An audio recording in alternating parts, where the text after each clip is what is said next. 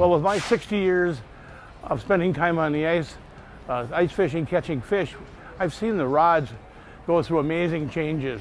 The first thing I had was just a stick with the point on the end of it, a couple of pegs with the line wrapped around it.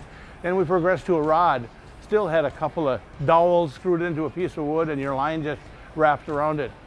My dad was really an avid ice angler, and he progressed up to using a metal reel that we put on so that the fish could run and take a little line, because we were using fairly light line and lighter rods, even way back in the 60s.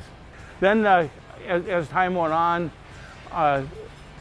reels got more advanced, and I decided that I wanted to use a regular rod and reel on mine.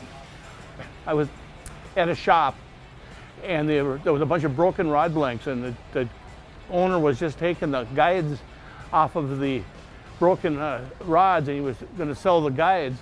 And I started picking over, and I found a nice blank, had a nice bend to it, and I was working for a laundry back then, so I went and got these wine corks that were laying around, and I chucked them up in the lathe and drilled holes in them and slid them on this blank and made my first graphite rod. And it was just amazing how sensitive it was, how I could start feeling my lure. I wasn't just watching for the bite, I was feeling the lure. Time went on, and some of the custom rod shops started making ice rods. The first ones they made for me, it was amazing how the broken blanks, they could sell them for $15 now. This was, again, a long time ago. As time went on, these fly rod blanks that we were using had a tendency to break. There was, I believe, the first custom solid graphite blank, which this was a wand, a conductor's wand was a graphite wand, and they ground it down and made an ice fishing blank out of it. And that's where we've progressed to now, is we're using good quality graphite, solid, so that the fibers run from front to back, so you got tremendous feel. I said the wind grip handles, from the golf industry, they're comfortable, they're warm. Rods are they just keep getting better and better. And the legacy rod, there's, I said, 60 years of thought to progress to get to this rod that I could catch any size fish on. It's about balance between the rod, the line, and the lure.